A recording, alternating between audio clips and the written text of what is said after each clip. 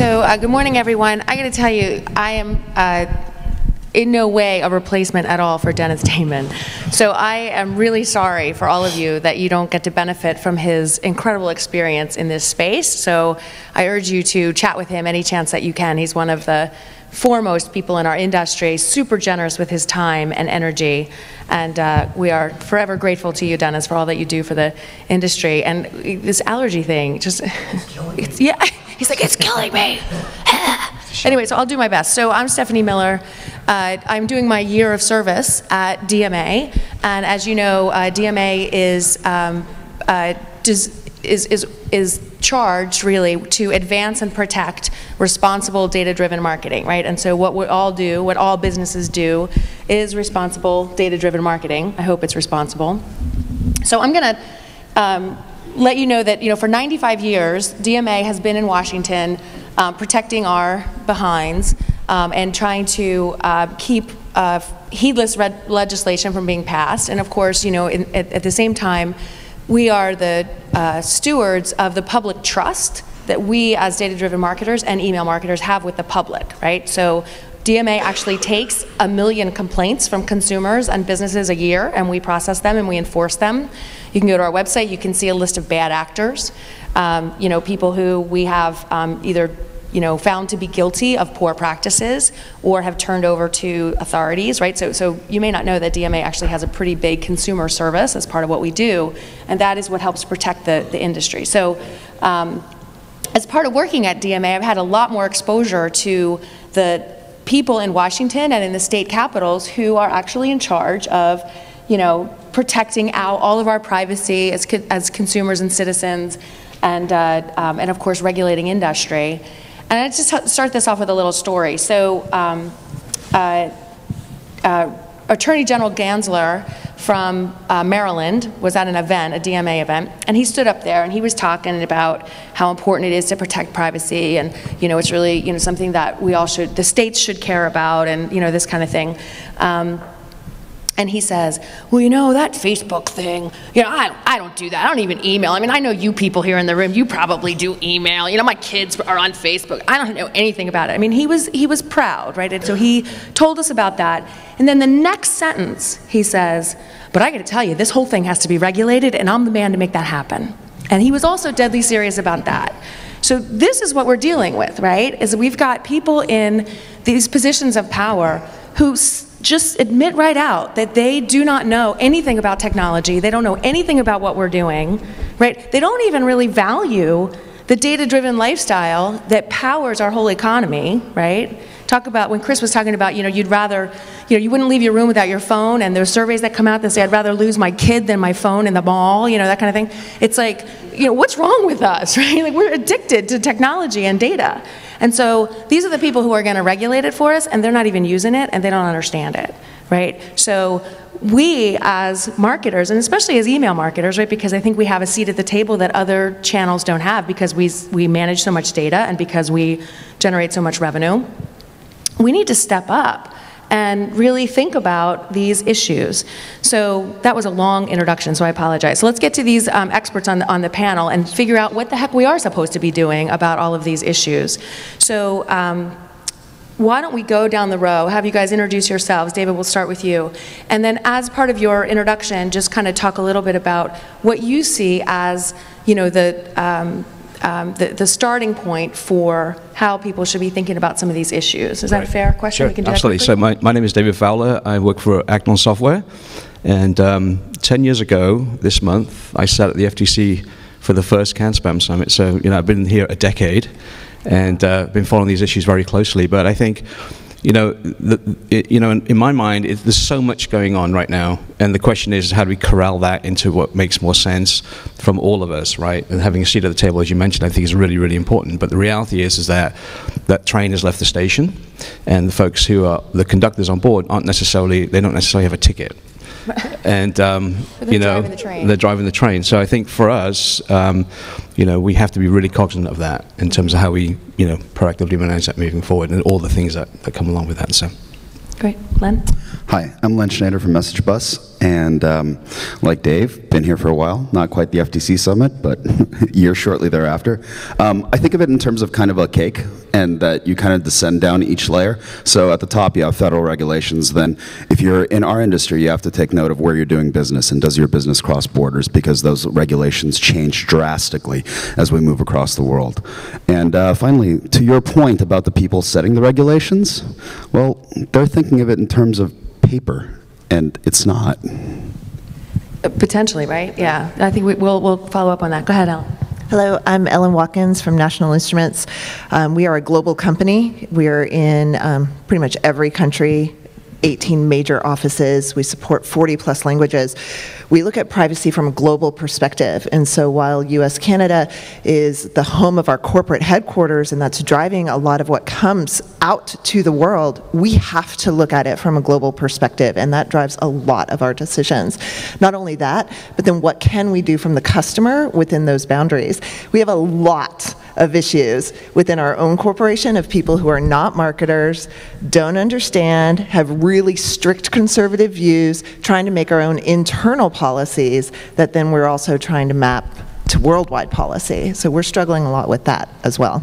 Yeah, so your experience is going to be super helpful for this. So, I believe that, if we're going to be, victims of these regulations, right, we ought to be forceful and embrace it and get in front of it, right? So I think that email marketers and marketing departments have the opportunity to be the stewards, right, for data in the organization, and that we shouldn't necessarily cede that to the lawyers who might say no all the time, right? This is what lawyers do. That's what we pay them to do, or to the privacy group, which is not the marketing group, right? So no, I'm not saying don't work with those people. Work with them, of course. Right. But why couldn't the marketer be the steward of data and privacy and protection and data governance? Why can't we?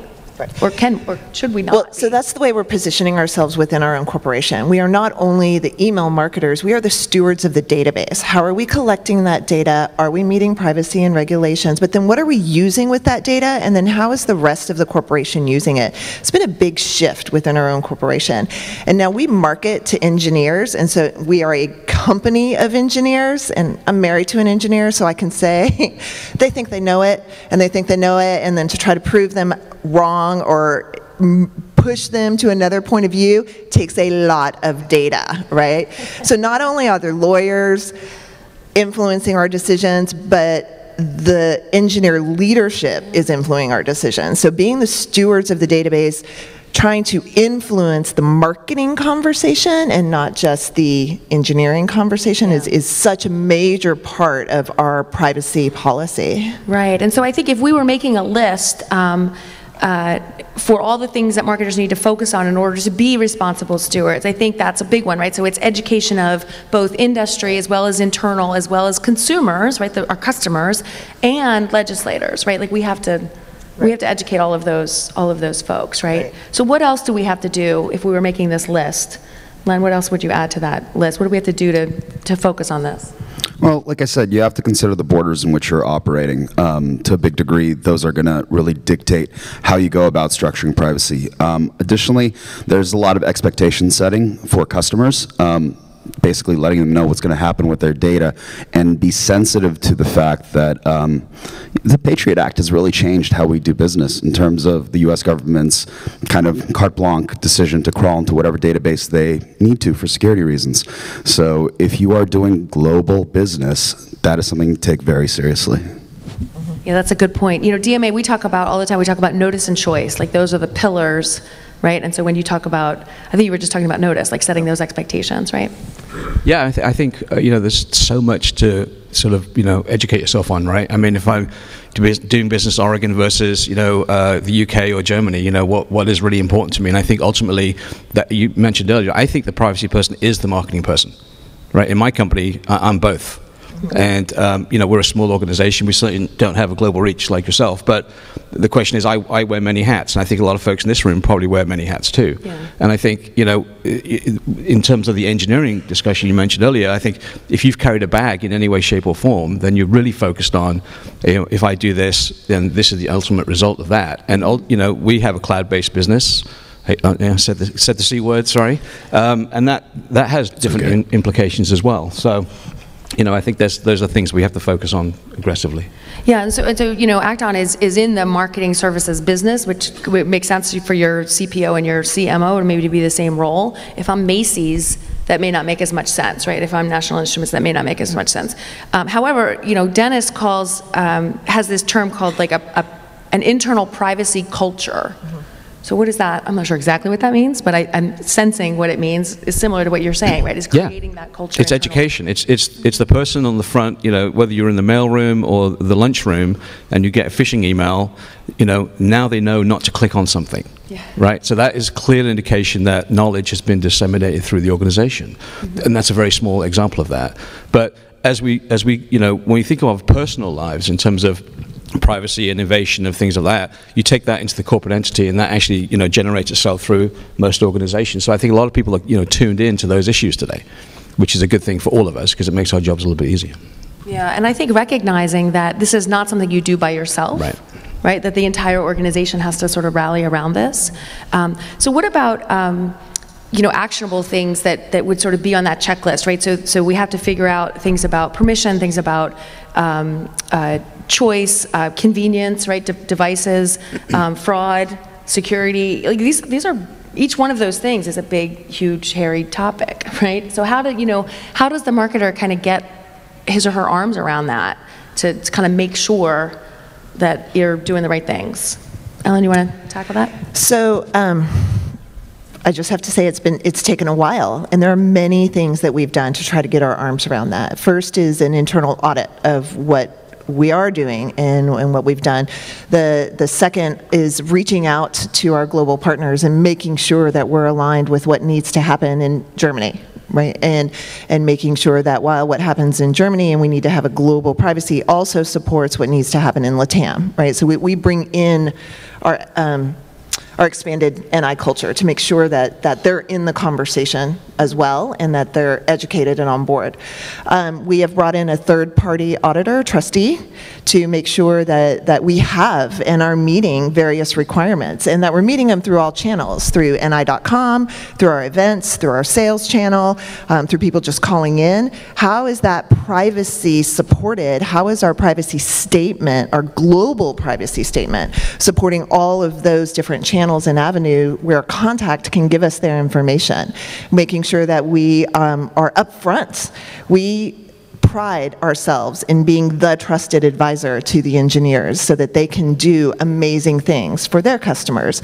So we have to be upfront, not only about what we're collecting, why we're collecting it, how long we're collecting it, and that we are going to be transferring it from country to country, but we do not sell it beyond our walls, right? So we're very upfront about all those tasks and items and things that we can do.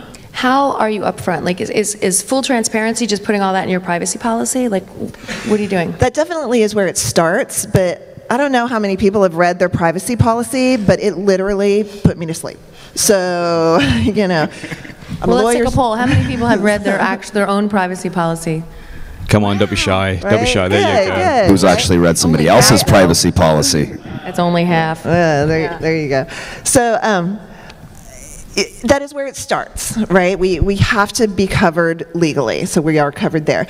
Additionally, through all of our events, and we are a huge event-centric company, we like to get in front of the engineers so that we can explain who we are and what we do and why we're important. We have a privacy policy at every event. There is a statement that they have to sign in the EU that says they acknowledge that they give us their information, and, oh yes, a separate checkbox for email, right? So there's those types of things. When the salesperson is out, we've educated the sales team about what needs to happen as well. Privacy policy is first and foremost, but then we try to address what needs to happen in the other channels. It breaks every now and then. I mean, let's be honest, right? But we do what we can to be upfront, especially on ni.com as well. Yeah. I think it's vendor accountability, though, right? So, it's like if I'm doing business with you, part of that sales process should be the fact that you should have a bulletproof, privacy policy to do business with me. And I think, especially when it comes to the Canadian legislation that's coming up and those kinds of things, we've gone through and really trying to hold our vendors accountable for their compliance to that legislation. Right, so it's a global market, right? So the question is that do we do the same thing together, or do we do something completely different? And I think that has really changed over the last few years. To the point of privacy culture, I really like that concept. It really starts kind of with physical device security, and from there you have to move into more nebulous topics and think about actually security of the brand, like from a messaging standpoint. We're well into the land of email authentication, but let's think about it. If you're not using DMARC today, you're dropping the opportunity to essentially lock down your mail stream. I mean, this is a way to not only protect your brand, but your customers, because fraudulent mail affects your customers, which eventually reflects on you. Should you just explain what DMARC is, just in case anybody doesn't know? DMARC is an email authentication technology. It's been rapidly adopted over the last year by 60% of the world's inboxes. It basically allows a receiving domain to say, for you to set a policy that says, if this does not come from me and you can't verify it based on X, Y, and Z criteria, drop the mail on the floor. So all of that gray market mail or anybody spoofing your domain or leveraging your brand for something other than you intended it, it could be dropped on the floor. And so is that, that's not a replacement for the authentication, right? So you're talking about It's an extension of it. It's part of it. So let's talk about some of these global regulations. And, you know, we have the stuff going on in the EU, we have Canada, we have, you know, lots of stuff going on in the US right now at the state and federal level. Who wants to give kind of a quick overview of what's happening with EU or with Castle and PIPEDA? Which one of you guys wants to do it? After you. After you. Well, the reality is that I think from a political perspective, right? I mean, you know, every free-forming country now has some level of legislation that you have to adopt, right? The reality is that everyone has a different flavor of that. Right. And the question is how that's interpreted, right? You know, we have customers in the EU. You know, I was on a call yesterday with an attorney from Germany, for example, and that was almost as fun as having a root canal, right? But the reality is that it's the interpretation of how those laws apply, you know, into your model that's the important thing. Right, so, and you know, it's kind of crazy, kind of wacky, right? EU directive, that kind of thing. And the reality is that if you take that sort of concept and apply it into the US, we have kind of the same play, really. We got, you know, 50 states over here, you know, same amount of countries over there, and the question is, you know, can't we all get along, right? And I think we are. And I ultimately think that, you know, it's understanding what is required of you and applying that to your business model. That's the really important thing. But at the end of the day, everything is negotiable, right? Well, I mean, if the standards are so different, I mean, the U.S. laws are completely different than the ones in Canada and the EU, right? So it's not a question of getting along; it's a question of, you know, making sure that you're hitting the bar, the baseline, sure, right? That you're legal. Sure. So, you know, 2 words in the U.S., you know, opt out. Everywhere else on the planet, opt in. Right. End of story. I mean, that's all you really need to know, right? And ultimately, obviously, there's obviously more in depth to that. But if that's the basis of your discussion, it's pretty easy for a European marketer to understand that versus an American marketer. I mean, we wouldn't have an opt-out law on email if it wasn't for the DMA in 2003 getting involved, you know, pre-CAN spam. We were going down the track of opt-in, and anyone in this room back then who's old as me, thank you, Len, you know, would understand that, right? And you know, we've operated in that realm for a long time now, and I think ultimately, you know, it doesn't break the economic model; it just applies to that.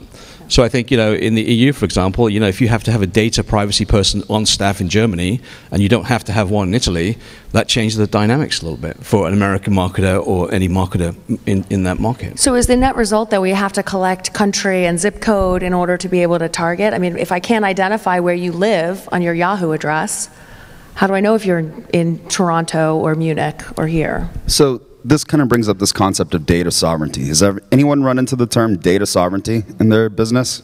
Show of hands. Anyone? So Ryan only knows that because he was sitting next to you. Yeah, probably. You mentioned it only earlier. one person in the room put their hand up. That's amazing. Yeah. Data sovereignty refers to this concept of what are the laws governing data and privacy protection based on geographic borders, regardless of the fact that it might live in the cloud. So we're very excited about the cloud. It puts things up in the air, and we can grab it from wherever we want and do business as entities from anywhere around the world. But the fact is there are these high walls that start at country borders and they go straight up into space, and your data is subject to the laws within those borders. Data sovereignty is becoming a bigger and bigger issue. We ran into it in conversations with financial institutions in Southeast Asia that were not comfortable with data centers in the UK. Even though they are outside of the purview of US law, they still felt that a cloud provider should be somehow co-located within their country. I mean, these are the kinds of conversations that are happening. It's kind of like a local mentality being applied to the global cloud. I mean, it's a strange conversation to be had in that regard. And so how does that make that practical for me? So what do I do about that? Does that mean I can outsource this to my service provider and I don't have to worry about it? Okay, from the standpoint of being a cloud vendor, we can spin up in any cloud anywhere in the world. I mean, that's the whole beauty of it, right? If you have physical hardware, you have to know where that physical hardware is located. If you are collecting addresses and doing business in a country, you have to know the laws of that country and make sure you comply with them at a physical hardware level. Where is your hardware located? Germany is a fantastic point. Germany believes every piece of information belongs to the customer, down to the bounce. The email bounce belongs to the person who it would bounced from, intentionally or unintentionally, okay? I mean, it's bizarre. Dennis and I were sitting in MOG at the Messaging Anti-Abuse Working Group in Heidelberg, and a German postmaster said, I would love to give you a feedback loop, but I can't because I don't own the bounce. My customer owns the bounce, even though they don't actually exist. It's a bounce that bounced, but I can't give it away. Have another beer. Thank you. Pass the coffee.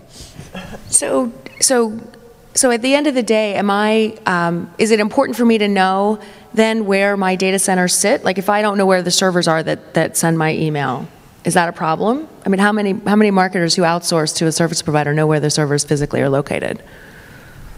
Like, I mean, you could ask, right? I'm sure your service provider will tell you. She thinks she knows. I mean, With you. Yeah. But it's, is that important? Do I need to know that? So that's an actionable thing we can all do, go back and find that out, right? Because we need to know if we are messaging to customers in certain countries, it's going to be important that there be a physical presence in those countries? In some cases, yes, depending on the country codes.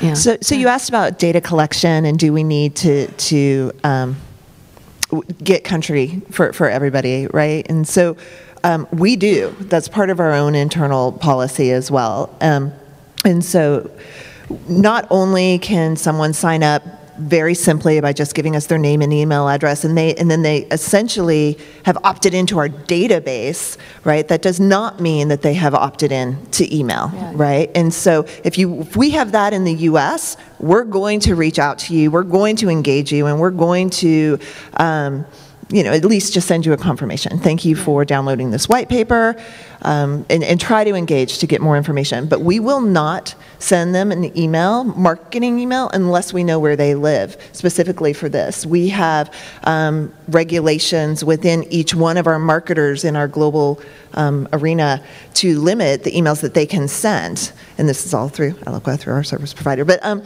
so we do mandate that our teams upload and include country, at least country, so that we know that we're abiding by these regulations. And if they don't, then they don't get the email. And they have to opt in these other countries in order to receive email. It's two different things, right? Yeah. Privacy and data collection versus marketing. When we look at them differently as well. Is there a gatekeeper that makes sure that a certain level of compliance is happening internally or can prevent mail from being sent by overzealous brand managers?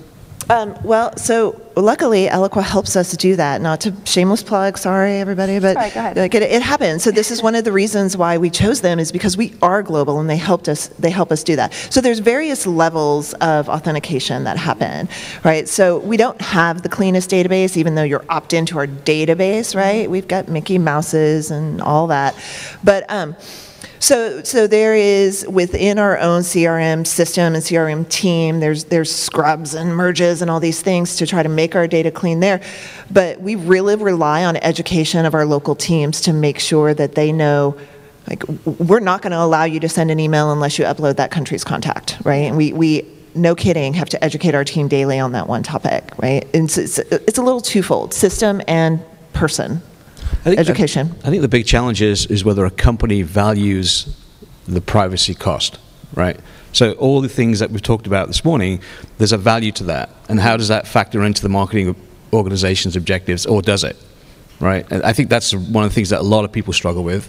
At least I've seen that over the few years that I've been in this space. But because the reality is, if you mess up, I mean, we almost now assume that you're going to be on the front page of the newspaper with a privacy breach every day.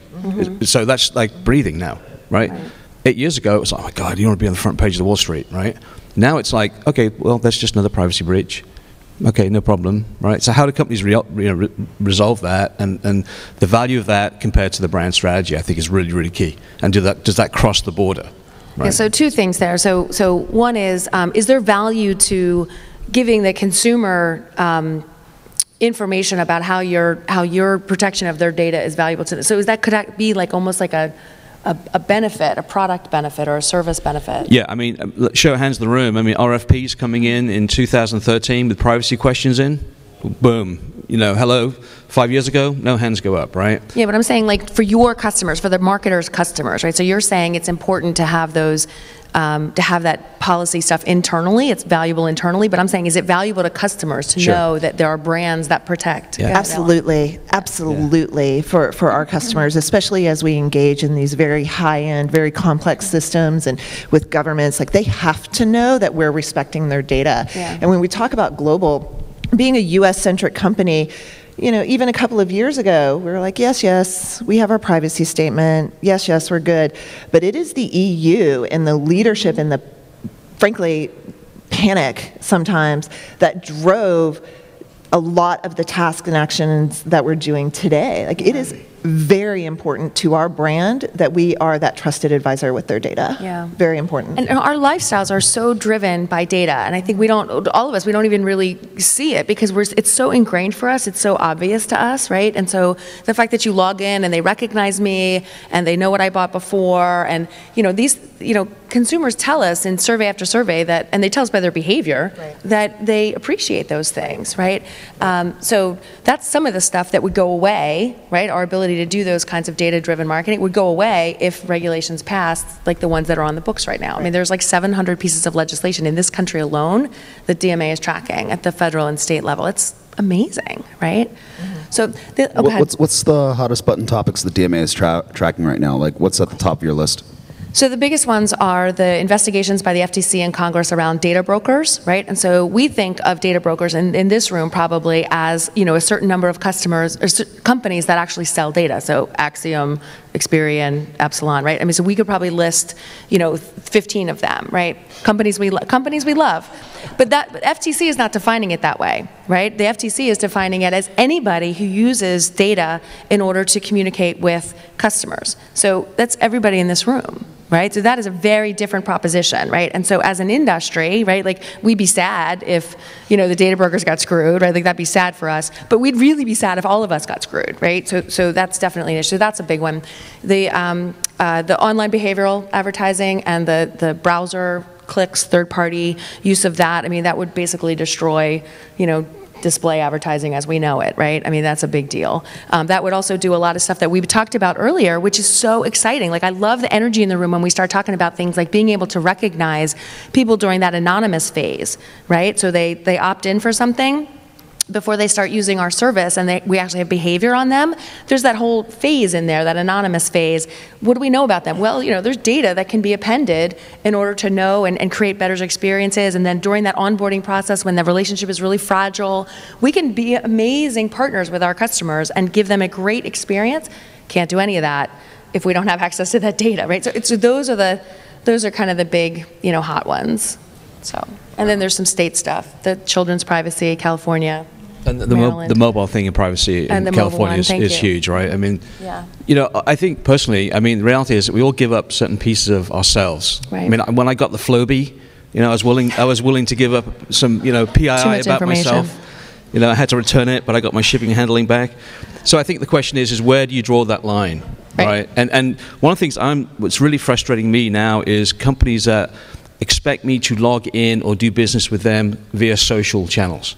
The reason I didn't, join Spotify is you don't need to know that I have a Facebook account.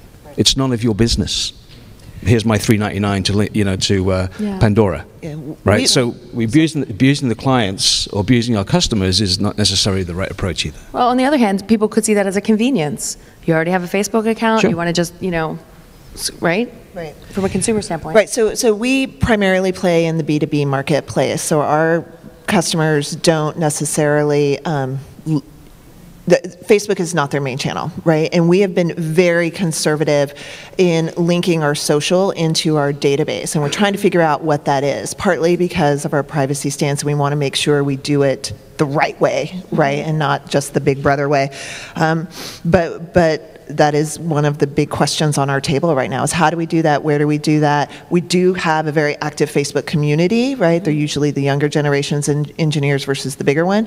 And we do and are getting ready to link to our website, but we're not going to link to Facebook, right? We're not going to use social sign-on, but we do want to somehow figure out how they can go from Facebook to our support pages on our site so that they can self-service that way, right? So how do we get our UP creation linked to Facebook without having to do the social sign-on from Facebook? How do we switch that, right? Yeah. Well, social, I mean, Facebook especially right now is really trying to become kind of our digital identity on the internet. They're the keepers of all of that identity information that we as marketers struggle on a daily basis to collect and make sense of. So who's going to own your identity is one of the questions we have to struggle with, and how's that identity going to be defined? Right, and I think from a policy standpoint, right, the legislators think that the consumer should own that, right? And and some legislators think that the consumer should get paid for it. Right? So, the internet is free basically, right? That's how we get paid, right, as consumers, right? But there's a lot of noise about, if we marketers are using consumer data in order to make money, that we should compensate, right? Yeah, but you see, I totally agree with you, but, I worked in telecom before I got into the wacky world of email marketing, and the internet was built on, free transaction. Yeah. Right, and the debate we've always had at the table here for all these email marketers in the room is, if there's a paid model to deliver an email, we wouldn't be having a discussion today, right? But that's not how it was created. Yeah. So if we change that a little bit, then we all win, and that's been, I think, ultimately the struggle. Yeah. And will continue to be the struggle because the internet's not free. And finding that balance, right? Sure. So I think part of it is the education, and again, it is clear that consumers do value the benefits that they get from our data-driven efforts, right? It's clear, but we have to make sure that we don't kind of get legislated on that, as opposed to following best practices. So Dave, I want to follow up one thing on what you mentioned earlier. Is it a good idea for everyone in this room to basically have like a fire drill, or to have some sort of crisis plan? I mean, if the risk is really high that tomorrow any one of us could be on the front page of the New York Times, you know what I mean? Yeah, I think there is, I spend a lot of time reading the policies of ourselves and vendors and people that we do business with. Sorry to hear that. It is. Do you need a lot of scotch to get through that? No, it's a whole different discussion after 5 o'clock. But the point being is, I think, you do what you say what you do. So if you have a policy or you have a company that you do business with, if they don't abide by what they're saying, then you hold them accountable to that. And I think what we fail to do is hold our relationships accountable to behavior. Right. Because ultimately, if I buy a list or I do something, co-marketing or branding, and something blows up, the customer's going to be talking to me, not to the person who sold me that data. And that's the disconnect. Where's the accountability? Yeah. So I think, yes, you have to have a plan. What does that plan mean? There's a different plan for everyone in this room and everyone on the stage here, because every business is different. Maybe you don't have a plan. Maybe that's the good plan. Maybe you should have a plan. So. Yeah. So let's take a little vote here. Do you think you should have a plan, a crisis plan? Ellen says yes. Yeah, for sure. Yeah, for sure. Yeah. Okay. Starts from hiring new employees. They have to be educated into the privacy culture, basically. Yeah. Right. So I think, I'm sorry, go ahead. I was going to say that's a good point. So I'm in the process right now of updating all of our training, and privacy is a module. It's not just a slide. It is a module that is being created. So how do you measure results when you have a successful privacy culture, or when you are, fully managing your data governance? And no legal actions? You don't get sued as much. So that's one.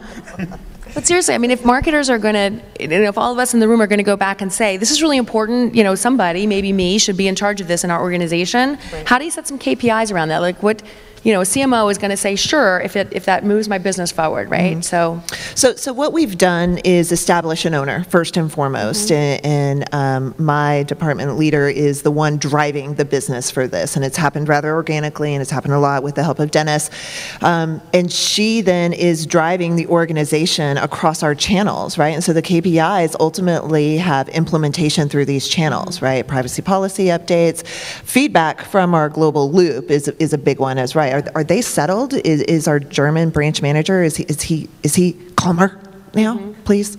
Okay.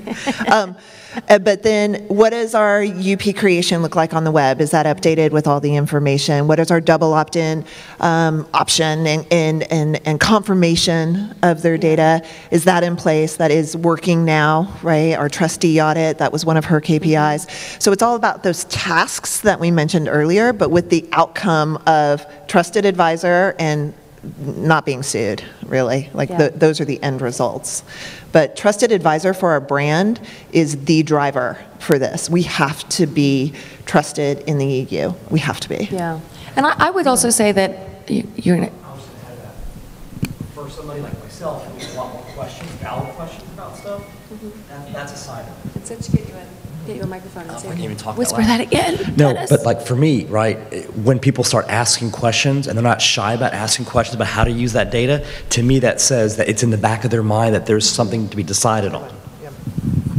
Right, it's that education. They start asking those questions that they would never even know to ask before, right? Go ahead, Dave.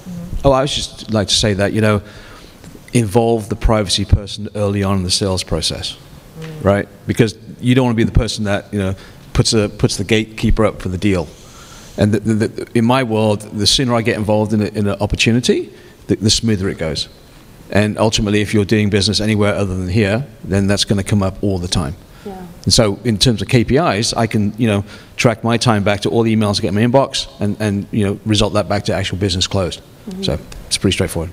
Right. And if you're a brand, when you have this data governance internally, right? So one thing is to make sure that your suppliers, right? I think that's what you're saying. Your suppliers are covering it. And it sounds like also if you can please the Germans, you got Europe covered. Good luck. Right? That was a good takeaway from today. Please the Germans. Yeah, exactly. And it is true. I mean, it is true that their laws are among the strictest, right? I was at lunch a couple weeks ago with some of the Department of Commerce who wrote the Safe Harbor certification. They just came out with a great white paper.